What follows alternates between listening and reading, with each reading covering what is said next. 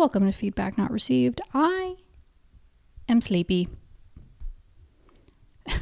That's it. That's the intro. I'm sleepy. I'm EP. But it's okay. No particular reason. Particular reason being life has been so busy recently and will probably continue to be busy for the foreseeable future for me for reasons that I'm not going to get into because we don't know each other like that. You don't need to know all about every reason that I am sleepy and EP and busy, but suffice to say, I'm a little worn out. Bubba and the kitty. Actually, one reason that I will tell you is this little guy has spring fever and it's making him crazy and it's making him very annoying. Making him wake up really early and then try and wake me up really early, even though he knows that I won't get up early, even if he yells at me. It's been something we have established throughout his life, is that he can't yell at me to get out of bed, but he tries. Eventually he learns again that it doesn't work, but anyway, the spring is making him a little wild. It's also making him shed everywhere, which makes him a little bit itchy because his fur's all coming out. You can actually see a little bit floating in front of the camera because he's a very fluffy boy. Even though he's had short hair, he's still very fluffy, so he sheds a lot. And anyway, spring, that's one of the reasons why I am sleepy. But anyway, my hair also looks kind of bad today, or like silly. I don't know, I didn't know what to do with it, and I'm obviously not wearing a lot of makeup because I'm sleepy. My hair kind of looks bad because I need to wash it, but then I didn't want to wash it before recording because it takes forever to dry, even though like I can blow dry it. But anyway, my hair is very absorbent, so it holds a lot of water, so it takes a really long time to dry, and then it always looks fucked up for a little bit after I blow dry it. Anyway, I just didn't feel like washing it before recording, so I'm a little bit greasy. I'm a little bit not wearing a lot of makeup. I'm in my plaid, and you know what? We're living life. It's okay. If you don't love me at my greasy-haired, minimal makeup, plaid-wearing self, you don't deserve me at my cute, freshly haircut, cute eyeshadow, cute top self either. So there we go. Anyhow, enough about me. Let's get into the episode and talk more about me to start off, because I have something very funny to tell you. Which you might have seen if you follow me on TikTok or if you see any of the YouTube shorts that I post. This week, I was accused of being AI generated. Let's sit with that sentence for a little bit. I was accused of being AI generated this week. That's a very weird thing to experience, gotta say. And let me give you the context. If you haven't followed me on TikTok or you don't watch the YouTube shorts that I post, last week's episode, I talked a little bit about AI-generated images and how much more sophisticated they have become in a relatively short time frame. I mean, obviously the thing with any sort of AI generation is that it's all developing incredibly rapidly, but there's been a particular uptick in like very, very convincing AI-generated images in the past couple of months. So I talked about that in last week's episode a little bit and just was like, people, we got to use our critical thinking skills because there's real potential for harm to be done with like misleading AI-generated images, right?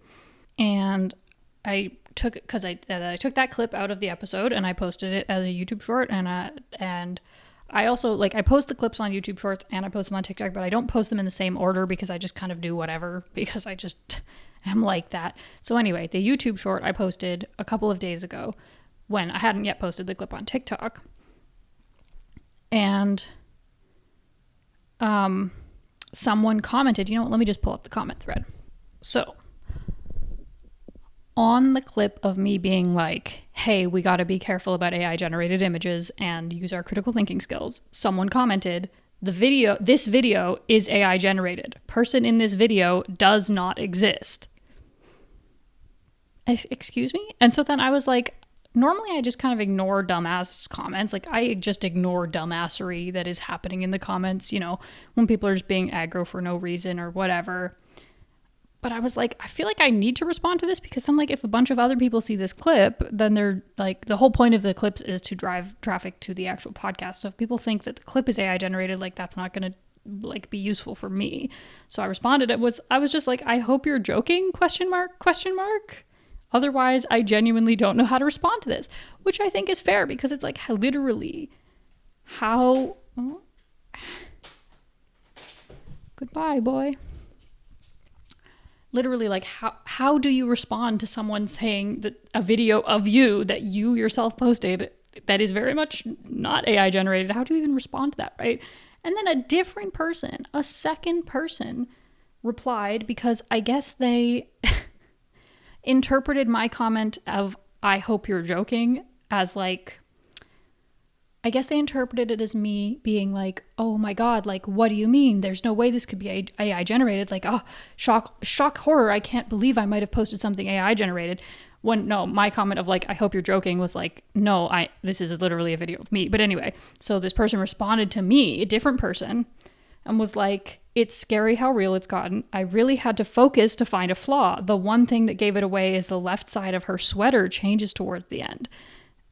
And so that's weird. So then I responded to that person and was like, hey, so just to be clear, this is literally a video of me from my podcast, and it's not AI generated. But then, so that person was like literally like convinced, so they said something about the left side of the sweater. So I was looking at the video and I was like, I genuinely don't know what they think they saw. I mean, the sweater I was wearing in last week's episode it was a knit sweater that had a different knit pattern, like around the shoulders and on the arms. So I could see if you were looking, and also because of my camera quality, like the knit, you can't clearly see the knit pattern. So I guess I could see them interpreting the pattern of the knit sort of shifting when I like, you know, it gets wrinkled or whatever as it being AI generated. But anyway, that was a very, very weird experience for me. To be honest, it did kind of freak me out a little bit, because like, I don't know, like literally there's no way for me to prove that it's not AI generated except to say like, it's literally me. So, and I'm the one who recorded it and edited it and posted it, so I can confirm that it's not AI generated. But like that one person was like, because of the someone else implied that it was AI generated, well, specifically stated that it was AI generated. So then that other person was like, oh, okay, I believe you that it's AI generated. So they went looking for evidence that doesn't exist because it's not AI generated. And they found evidence that they would point to. So it was just like, I don't know, it was like such a weird experience. And it also, I mean, again, speaks to the danger of like AI generated images, where like, not only is it becoming very easy to convince people of things that didn't actually happen by using AI generated images and videos, apparently it's becoming easier to also convince people that things that are real are actually AI. And apparently people will just go hunting for evidence that doesn't exist on non-AI generated images or videos to prove that it is AI generated or whatever. And like, yeah, kind of freaky, where it's like, I can't do anything else to convince you that it's not AI generated, but like, yeah, very weird experience. And I was thinking like, okay, I have my own mental health problems, right? I have mental health problems. The mental illness does come and mentally ill me on a regular basis.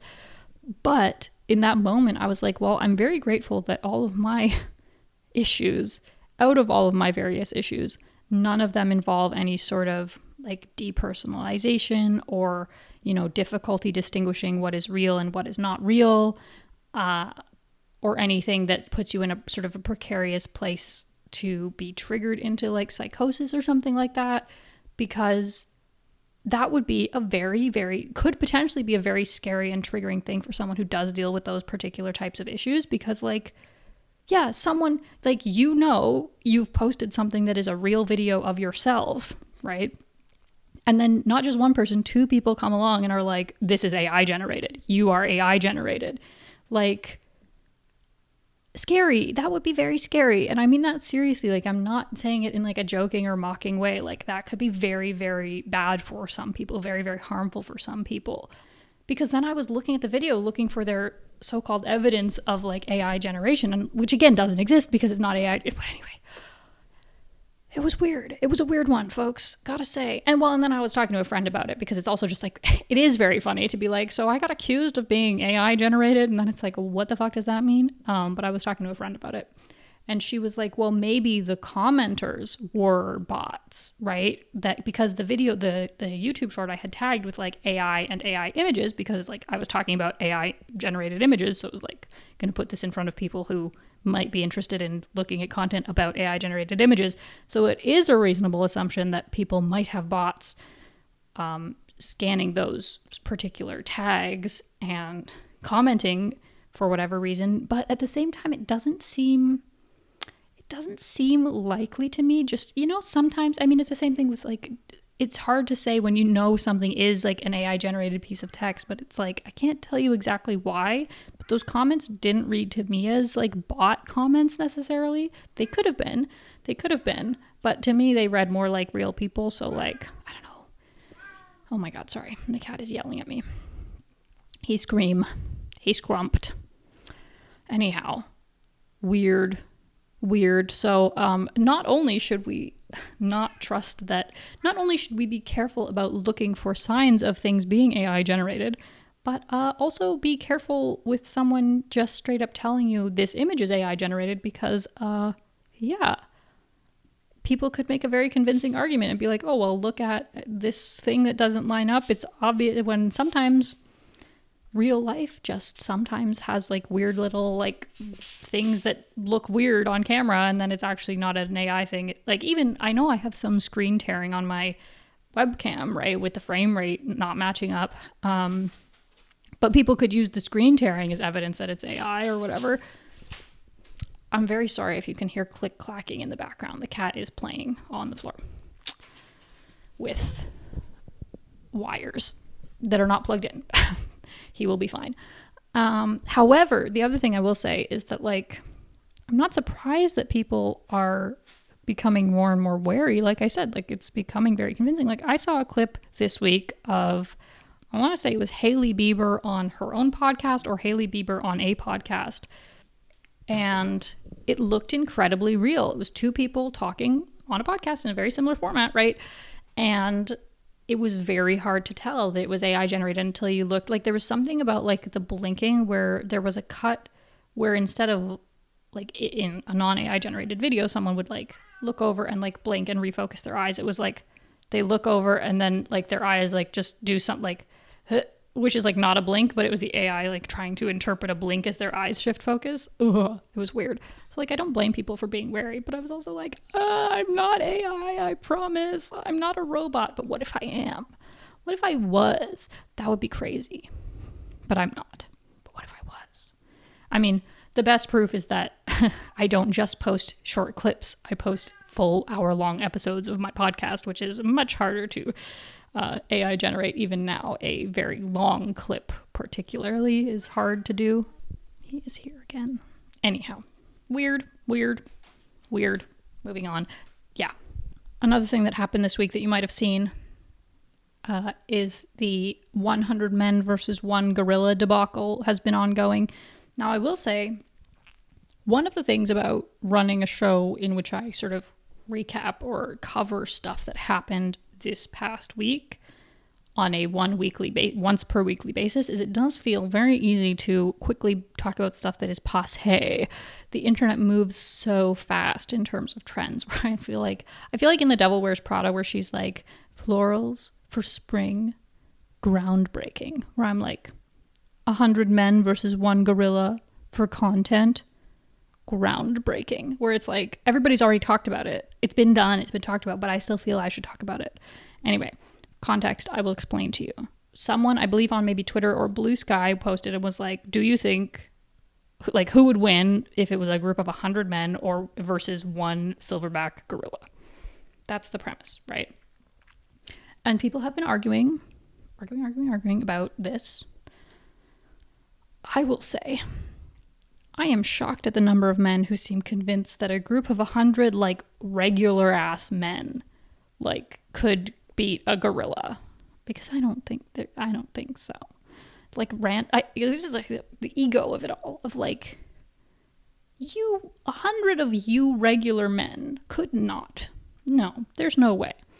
There are scenarios in which 100 men could beat a gorilla, but not just 100 regular ass men unarmed off the streets. No. No.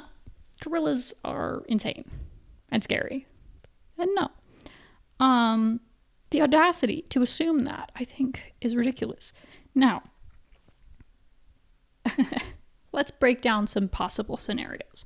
Are the men allowed to have weapons or tools? Personally, I think that's an unfair advantage immediately because, of course, if you give 100 men guns, they're going to beat the gorilla. Even if you give 100 men some rope, they're going to beat the gorilla.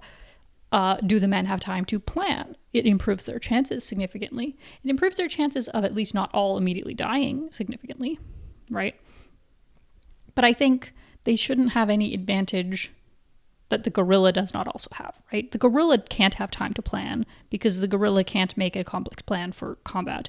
However, I do think the men could be allowed to use weapons if the gorilla is also allowed to use weapons. And I don't mean firearms because I don't think a gorilla could aim and use a gun, but like a gorilla could hold a couple of machetes.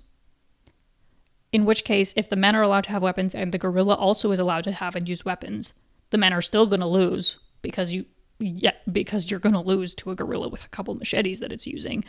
In addition to the fact that like every part of a gorilla's body is essentially a weapon. So I think the weapons argument is moot anyway. So we just say no weapons. Nobody gets any weapons or tools. Nobody's allowed any time to plan because otherwise that's just also unfair.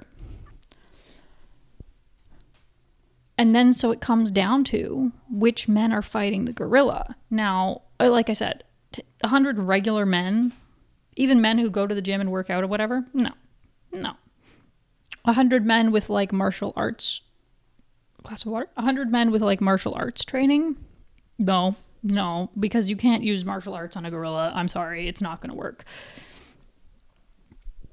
My thing, I think, if any group of 100 men had any chance of beating one gorilla, it would be 100 like Olympic, like world champion, like heavy weightlifters. Like, because like any lean muscle, you're just going to get ripped apart immediately by the gorilla, right?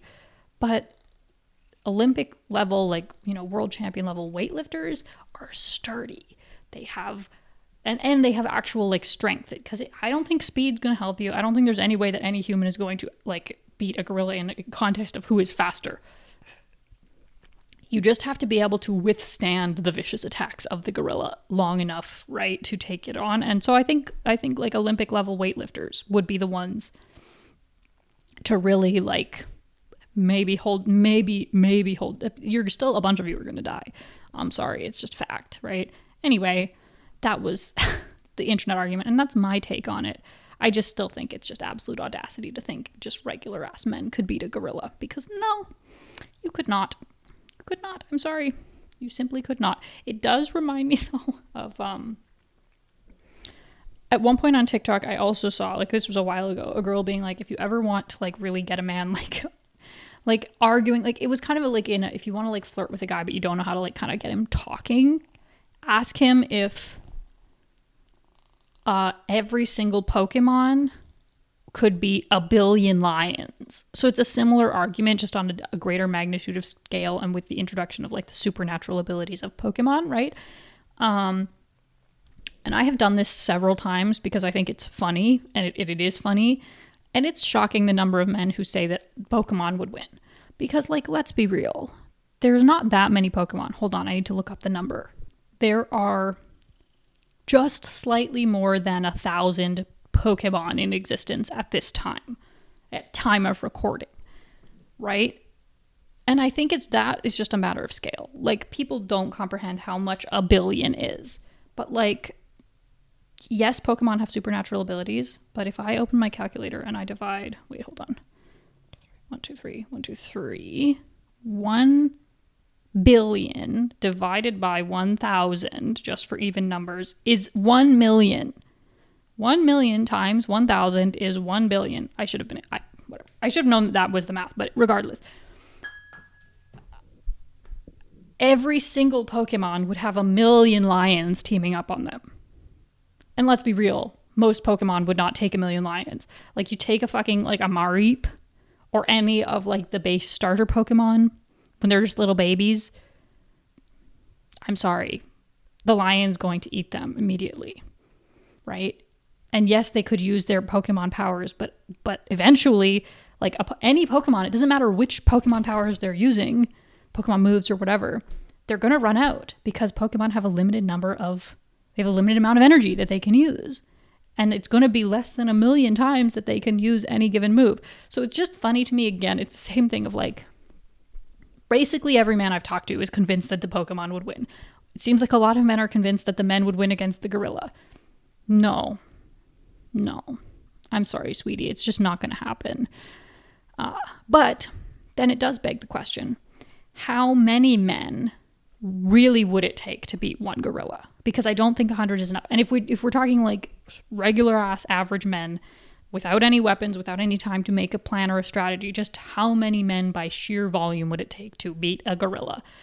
I mean, certainly 1 billion would do it because, again, eventually, if you just have a billion men marching in, eventually the gorilla is going to get tired. But that's just a ridiculous number because, no, that's just unreasonable. I don't think 200 men would do it. I think they would get closer. But, like, maybe 500 men could be, like, if we were to average the scenario out, 500 men could maybe reliably then win out against the gorilla, you know? Yeah. Anyhow. I don't want anybody to fight gorillas because, like, why would you fight gorillas? They're chill as hell. They're our cousins. They're just vibing. The only reason gorillas, well, actually, I don't think there's any recorded, I don't know. I don't know if there's any recorded instances of gorillas specifically attacking humans for unprovoked reasons. Chimpanzees have a strong, chimpanzees in captivity specifically, because they're not meant to be in captivity, have a strong track record of attacking humans, because why the fuck would you ever keep a chimpanzee as a pet? They're not pets, they're wild animals. But it's not their fault. Any instance pretty much of any wild animal attacking a human that's like in the wild animals in its natural environment, or the animals being kept in captivity when it shouldn't be, or kept irresponsibly, it's the human's fault, right? Like, yeah. Even when wild animals attack humans and it's like if you have like a problem with coyotes or bears like coming into residential areas, most of the time also they're not even attacking humans for the most part, but regardless, they're coming into those natural areas because humans have taken over their natural habitat and destroyed their natural food sources. So all I'm saying is I have no desire for anybody to fight any gorillas because they're just trying to exist peacefully in their natural habitats. So like leave the gorillas alone. In a hypothetical scenario though, I think 500 men could beat one gorilla. So there you go. I'm sleepy. Sorry. It's just like, oh yeah, a couple quick fire things. Duolingo announced that they're going to be like an AI first company. Speaking of AI again, and they fired a whole bunch of people. And that's stupid as hell and sucks for the people who were employed at Duolingo, and I think is going to ultimately damage their business probably. And I imagine what's going to happen is eventually they're going to either fail or hire people back, because what the fuck do you mean you're going to be an AI first company? Actually, I saw someone on TikTok make a very good point about this, which is like, it seems like their plan is to use existing AI models that are trained for translation to support Duolingo users, which is like, okay, that's all well and good. Why the fuck would anyone go through Duolingo instead of just using the model that already exists and is publicly available? Poor decision making, which is also like, the reason that Duolingo has been riding so high is because of people liked their social media team. Like their social media team carried that company with all of their like Duo storyline. I haven't looked into it because Duo did die, and I haven't looked into if they resurrected Duo or whatever. But maybe Duo's death was really just an omen, a warning of what was to come, because it's like literally you have taken the soul, or you will take the soul out of your company by doing this, right? It's pretty evident that the people directly involved with Duolingo are what have led to its direct success, right? So that sucks and is a dumbass decision, and fuck Duolingo. You know what? At that point, don't just use the publicly available AI bots. go to the fucking library and buy and borrow a textbook. Or like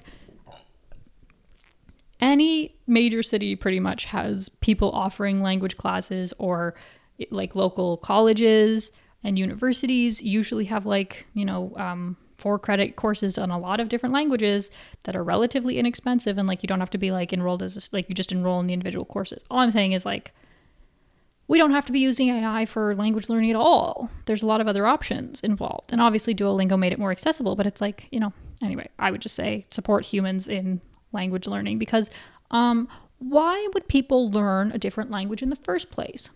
Couldn't possibly be to communicate with other people, could it? I don't know. That seems like a ludicrous thought to me, but stupid Duolingo.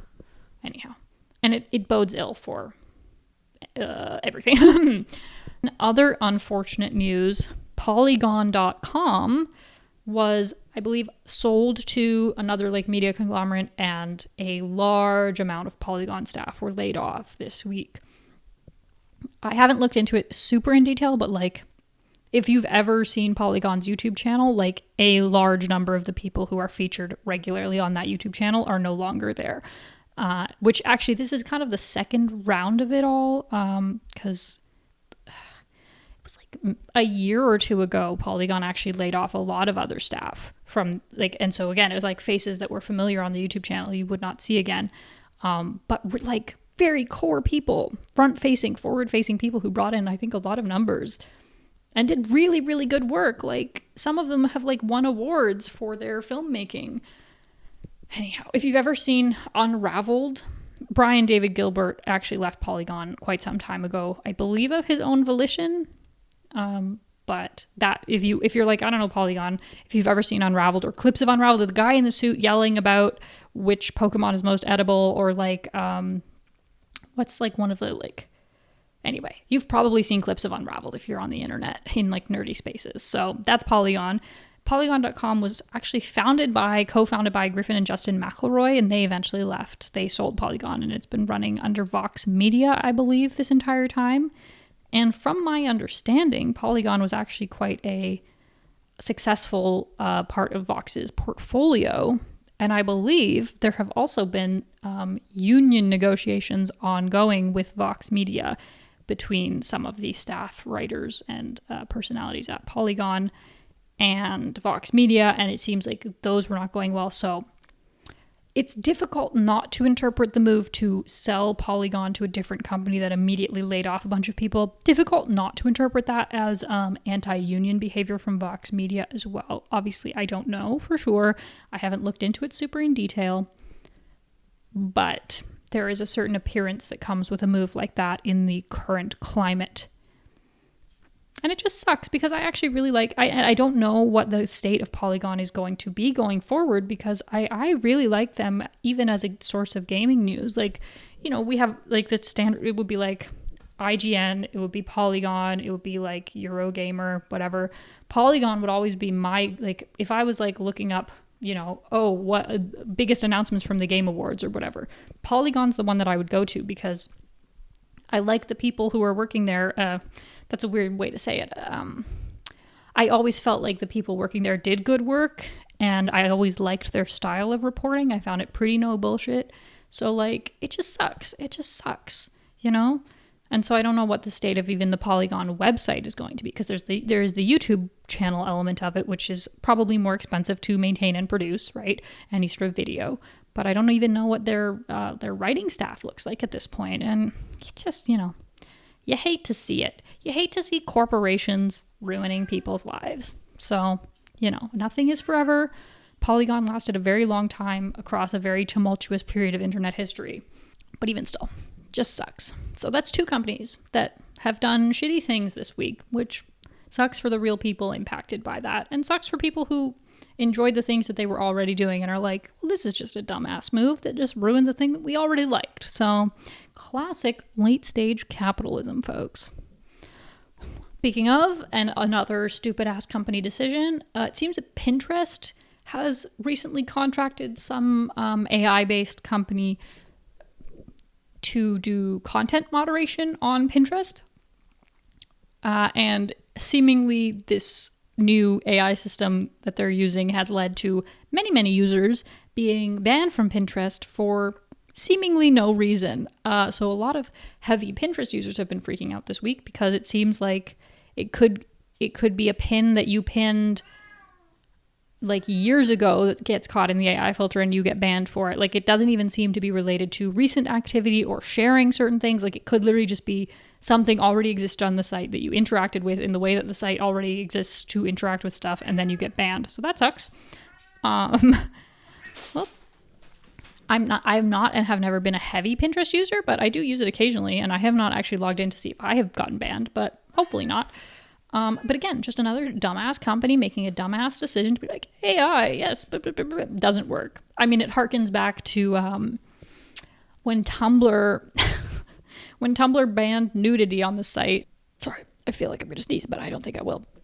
It harkens back to when Tumblr banned nudity on their site, and they were also using some sort of automated content moderation filters where like people who posted pictures of like sand dunes would get flagged for nudity, right? Like that sort of thing. And I mean, it was ridiculous back when it happened on Tumblr, but at least slightly more understandable because like even the whole world of content moderation has changed quite a bit. But this is just like, yeah, you're like, yes, AI will do the job. No, it will not.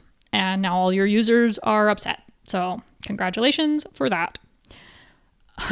This is actually, you know what? I didn't even realize what the theme of this episode was. The theme of this episode is dumbass companies making stupid financially motivated decisions. So the next major thing that I wanted to talk about was Infinity Nikki again. Infinity Nikki, I've talked about it before, but I'll just do a quick review of what it is. Infinity Nikki is a open world RPG fantasy dress-up game.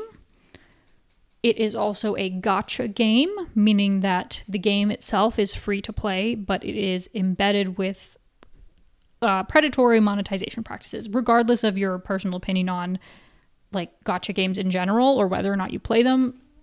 Even if you like gacha games, and as I said, I play Infinity Nikki, I do like at least Infinity Nikki, you kind of have to acknowledge that the monetization practices in gacha games are predatory, but the games themselves are free to play. Infinity Nikki is a continuation of the Nikki series that were mobile games up until this point, sort of like 2D, or not necessarily 2D, but like more like story-based mobile games, and now Infinity Nikki is like an open world game. And in terms of aesthetic and themes, I would put it akin to classic Barbie movies, which I have said before, where it is targeted towards women. It is 12 plus, so it's not like a kid's game, but it's also not a rated mature sort of game. It's like a very cute, cozy, fun, girly, Barbie-esque kind of game, okay? So Infinity Nikki released in December of 2024. I've been playing it since release, well, since the week it released, not the day. And as with any live service game, they have regular content updates. That's kind of the value proposition of a live service game. And since release, there has been, I think, one update that was really like fulsome, full of content, satisfying to play once you get past the main story content. And one of the criticisms that fans have had is that since then, most of the content updates have felt pretty empty, pretty low stakes kind of filler content that doesn't really center Nikki in the story. She's kind of just an observer of like things that are happening, right? So update 1.5 released this week and was promised by the developers to be addressing some of those complaints from fans. It was promised to be packed full of content and exciting new stuff to explore and exciting mechanics. Another couple of things, people have been asking for the ability to dye clothing, to recolor clothing pieces more freely, because there are options for getting recolors, but they're pretty limited. So people have been wanting to recolor clothing, and they have been wanting there are abilities in Infinity Nikki that are tied to specific outfits, because the whole thing in the world is that outfits are magical. So if you want to fly, well, not fly, but whatever. For example, if you want to fly, you need a flying ability outfit, right? But those are tied to specific outfits. So people have been wanting the ability to if you unlock the flying ability outfit, you should then be able to customize it to wear whatever you want to fly, that sort of thing. So there have been features that people have been asking for that Infold, the company that makes Infinity Nikki, was like, yes, 1.5 is going to be a big content update and we're going to do dyeing and you're going to be able to like reassign ability outfits. And they are introducing a housing mechanic, which I believe was also originally supposed to be in this update, but it has since been pushed back and delayed, which is understandable because they're introducing an entirely new mechanic to the game of housing, which is like not a thing already. So it's going to take them a little while. So housing got pushed back, but even so, they were like, yep, there's going to be so much content in this patch. Okay, get ready for it, folks. And there is a particular outfit that fans of the previous Nikki games have said is like very significant to the lore. It's called Star Sea, this particular outfit. And I'm not a fan of the previous Nikki games, but I was like, cool. And so they were also like, yeah, it's going to have Star Sea too. So it's like, oh my God, like lore implications and new mechanics that people have been asking for and a full content patch, which people have been like kind of upset that like the content has been really minimal. Okay, great. And then before the patch, they put up a sale to buy some of the premium currency, which you need to acquire premium outfits. I don't know why premium is hard for me to say today. It was like, oh, if you buy this pack before the patch drops, you get like a little bit of a discount on some of these like premium currency, which was already kind of shady to me. And then after the pre-sale thing of the premium currency ended, they announced that this patch would also have what's called a top-up event, meaning if you spend a certain amount of money during the patch, during the event, then you unlock a special reward outfit. So they had tempted people into buying this premium currency on the pre-sale, and then after the pre-sale had also said, oh, and if you spend more money during the event, you'll get this other outfit. So people who might have otherwise waited to spend their money and their budget during the event to get the outfit were already tempted by the pre-sale. So like that was super, super shady.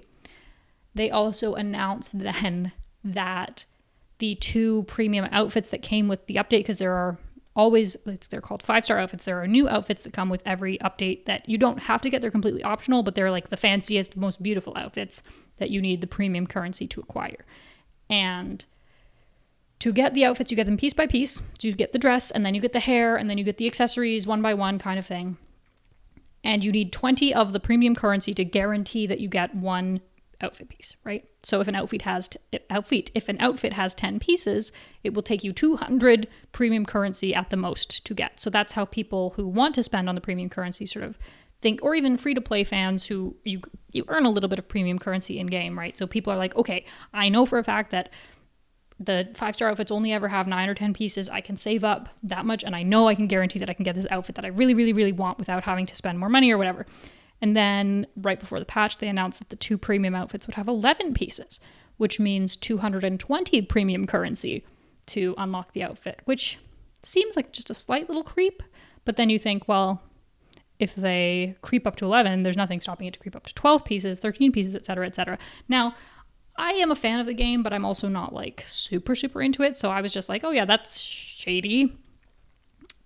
But like, But this, for fans of the Nikki games overall, for people who play gacha games a lot, for people who are very, very invested in the game, that was a very upsetting move because it does indicate that going forward, the company is going to continue to push boundaries, which I think with any gacha live service game, it is always a push and pull. I mean, in any video game, it's a push and pull between what fans will accept for how much money, right? And the company's always going to want more money. So it's always a pushing the boundaries to see what is okay with fans and then pushing them, it's like a frog in the boiling water. You turn up the heat just a little bit, and see when the frog jumps out. So some fans were very, very upset by that, right? And this was all happening before the patch even dropped. Okay. So it was already, people were like, oh, really don't like this. Like, this is really bad. We're not going to spend premium currency for the first little bit of the event if they don't address like this. And then Infold did address it, and they were like, we apologize. We weren't like, whatever. Here's some compensation rewards. And I was like, okay. And then the patch released, completely fucking broken. Like, it's a cross-platform game. So it's on PC, it's on PS5, it's also on Xbox. Every platform. Broken as fucking hell. Oh, the other content piece that they included is they introduced a co-op mode, which was people were also very excited, right? So the patch dropped. Some people couldn't log in at all. Some people logged in and like just it was like, oh, you suddenly can't move your character. Oh, you're soft locked on a quest. Or because they introduced this co-op mode, it was like, oh, the quest markers for every other player in the world or in your little instance of co-op are also showing on your map, but obviously you can't complete them because their other players' quest markers are showing on your map. Just like missing sound. Like in certain languages, the voiceover for the cutscenes just was missing, so there was silent cutscenes. I just like whole areas missing collisions, so you would fall through the floor or fall through objects and not be able to complete the quest because they were like uninteractable because you couldn't walk on the floor to get them, right? Like every bug that you could possibly conceive of was present in this update. Like unbelievably broken. The other thing being some people, it's particularly on PS5 it seems to be an issue, but like some people weren't even really like able to log in to the game at all, period. And some people were able to log in but not able to progress far enough to the point where they could like open their regular menus, because I'll get into that in a second. Which there are certain things in gacha games and in Infinity Nikki where you can pay a certain amount of money to then every day you log in, you get a little bit of the extra premium currency. So while not being able to open the game if it was free to play and you haven't spent any money on it is like, that sucks, but like, oh well. But there are people who spent real money who are missing out on the things that they spent money for because you don't get them if you don't log in that day, who cannot log into the game and access the things that they paid for, which is like a very, very, very bad look for a company, right? Makes people hesitant to pay, makes them want to be compensated, right? What was the thing I was going to get into? What did I just say 5 seconds ago? Oh, yes. So people being able to open the menus. Another thing that this update did was as soon as you launched the game, you were launched into an unskippable, like 15-minute cutscene sequence without any warning. So a lot of people would log into the game, you know, before work or just quickly between tasks to get the few little daily login things, and then would come and like, you know, maybe see the whatever, like get a sense of what's going on in the new event and then come back later to actually play the game. But no, you're launched into a 15-minute unskippable lore-heavy cutscene that does require you to do stuff. So, it cutscene / tutorial. So you can't even just let it play. You do have to like do things. So like some people logged in on their phones to just like, you know, do their quick little login stuff, and who would otherwise log in on their PC, right? Who then had this beautiful cutscene thing ruined for them because they were doing it on their phone. Or some people like were trying to log in before work and then had to just like abandon it because like, anyway, dumbass decision, right? Not even to let players have a moment to be like, okay, and then go here to start the thing, right? And it was not only a cutscene, it was also a tutorial section, because the release of 1.5 was also the release of Infinity Nikki as available on Steam, because so far it's been only available through Epic Games on PC. So they were expecting a lot of new players to join during this patch. And for whatever reason, decided an unskippable tutorial area for all players was the best route to go. So for people who have already been playing the game, like myself, we already know how to jump, for example, or use ability outfits, or craft things, which is all what takes place in this unskippable sequence that is more than 15 minutes. Like the cutscene itself is like 15 minutes, but then it's like maybe 20 minutes to half an hour of actual like unskippable tutorial content, right? Where it was just like, I don't want this. I don't want to go through a tutorial. I've already gone through the tutorial fucking 5 months ago, you know? And in addition to all of this, this new unskippable cutscene thing is the introduction of the Star Sea lore, which a lot of returning fans were very excited about. Like I said, I don't really care, but whatever, people are excited about it. But as it turns out, it was not only the introduction of this new Star Sea lore, it was a retcon of the original beginning of the game. So when the game released up until this point, the beginning of the game for new players would be that Nikki is in her home world, wherever that is, and she's getting ready for her like graduation ball, and she needs to find a dress for her graduation. And she has her little companion Momo, who's the cat, and Momo's like, let's go find you a dress, Nikki. Blah, blah, blah, blah. So it establishes Momo and Nikki's little friendship relationship. And then Nikki finds a magical dress in a closet and gets Narnia'd into the world of Infinity Nikki with Momo and this magical, beautiful dress. And she meets this mysterious woman who's all chained up, and she's like, Nikki, you need to take the heart of infinity and da-da-da-da. And then you go out of this place and you have this beautiful introduction to Mira Land, which is the magical land. So it established Nikki and Momo's relationship. It established that Nikki came from a different world. It established this character, Aina the Curator, who is like fascinating character where you're like, oh, I want to know more about her and why she was there and what she was doing and her relationship to Nikki's mom or whatever, right? And then it was like a really nice introduction to the new world, because you walk out of this room into like a slightly larger indoor area, you leave the indoor area on a slightly linear path, and then eventually you come to a place where you kind of have a wide open view of the landscape. So it was like a beautiful introduction to the world.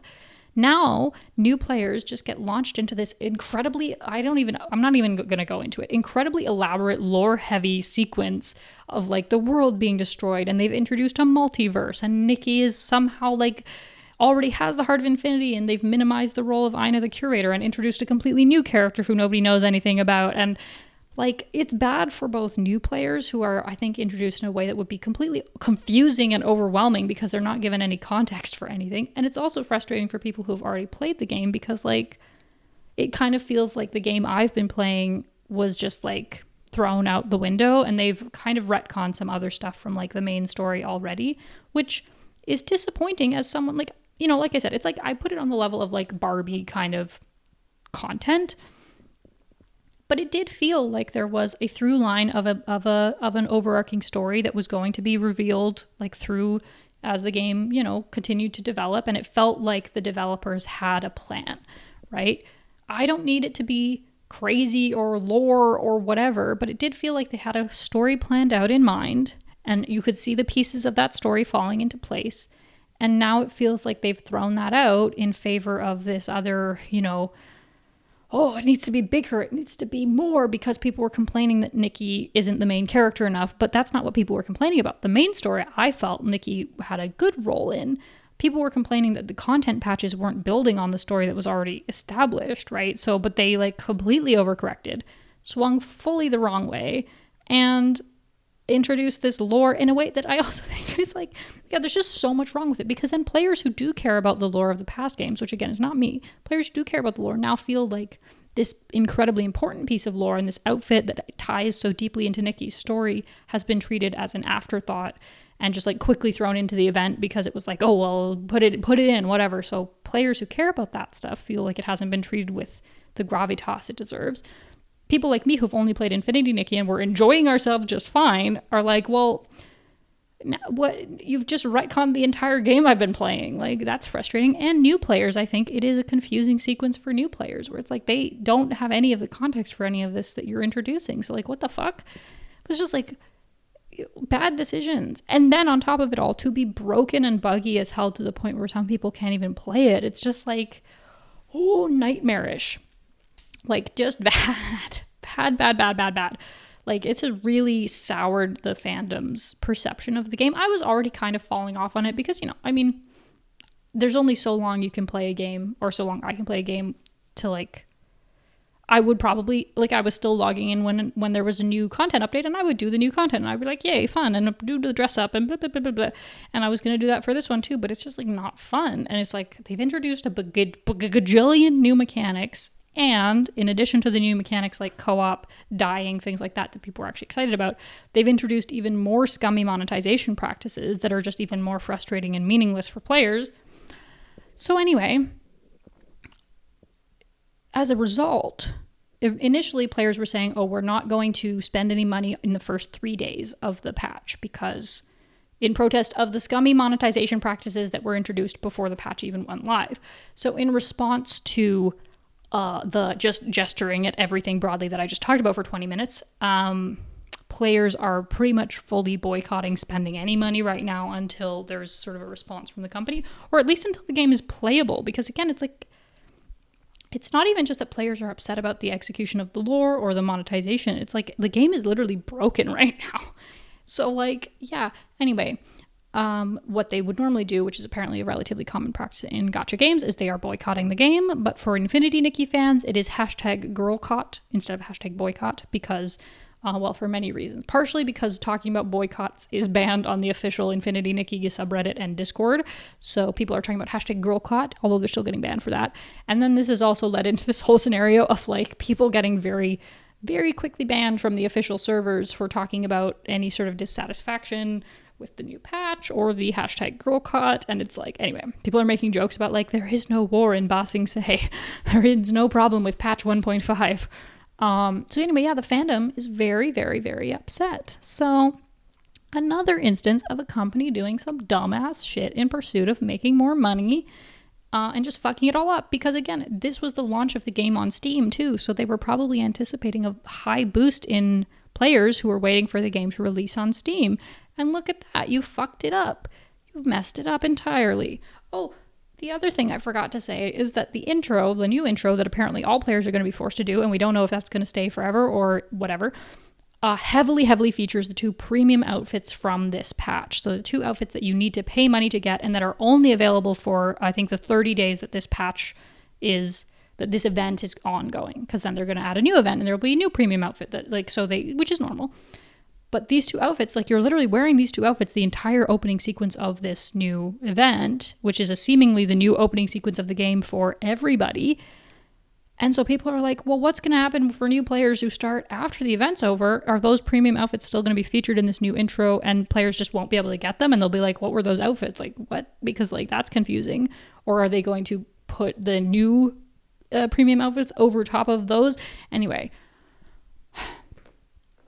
Sorry, this is just like, it's just so stupid is if I had to sum it up. It's just like every possible bad decision that they could have made and things they could have done to upset the player base has happened. And the features they introduced are bad too. The co-op doesn't work very well and is boring. The dyeing system is overly complicated and incredibly expensive to unlock new dye colors for different outfits. Like I said, the quests are broken. People almost can't do it's just like just stupid and bad. They've fucked it up. So I'm watching it right now like a car crash in slow motion. And I logged in on the first day of the patch and then I was like, well, this sucks. And then I logged out, and if they fix it, I will log in maybe and play some of the content. But it's just kind of left I think for me, who was someone I was already kind of like, whatever, like I might log in and do some stuff occasionally, or like if there's new quests, I'll go and do the quests and whatever. I was already kind of falling off. It really has left a sour taste in my mouth where I'm like, well, if I'm going to have to fight with the game to actually even work, I'm just not going to put in that effort because I don't care that much. And for people who were very, very deeply invested in the game, like emotionally or even like have financially spent a lot of money, I think it left a very bad taste in their mouth because like, again, like you can't even trust that the thing that you're enjoying will stay even remotely the same. It's like, are you just like, it signals a lack of direction from the company. It's just killed a lot of the excitement that people had for the game, which is too bad because like it is a fun game. And up until now, it has really felt like it was treated with a lot of care from the company. Anyway, it was inevitable. Companies will always show their ass eventually, but it's truly a spectacular failure on display at this time. So we will see. We will see what the reaction from Infold is. Apparently it's also some sort of major holiday in China this week/weekend, which Infold is a Chinese company. Like they're based in China. Most of their devs are in China. So it seems like a lot of the devs might also be on vacation, which is probably what's taking it so long for them. Because like a lot of the bugs still aren't fixed, and it's been a few days since the patch released. Like some people still can't even log into the game. So they did the classic mistake of like, you know, when it's like, oh, push the update on a Friday and then everyone's gone for the weekend and the update's broken. Push the update right before a major holiday, probably because they were banking on a lot of Chinese players because they have a big Chinese market. They were banking on a lot of people having free time over this holiday to play the game and spend more money, right? But then that also means it's broken as hell and nobody's around to address it. So we'll have to wait and see. Some people are calling for heads, basically, of like executives. Because again, like nobody blames like the individual developers who are actually, you know, designing the art or putting in the code for the game. Nobody's blaming anybody on an individual level. And most of the players I have seen are acknowledging that this is definitely a failing of management and executives pushing for more content to be included that clearly wasn't ready, pushing for more aggressive monetization practices when it's seemingly they were making plenty of money already. Like, the game is not a financial failure by any means, and I think it's been quite financially successful, but again, it's just like pushing for more, pushing too much at the same time, trying to respond to player demands without being really fully understanding what it is that players really wanted. And then you get a mess like this. So anyway, bad decisions unfold, bad decisions. Yeah.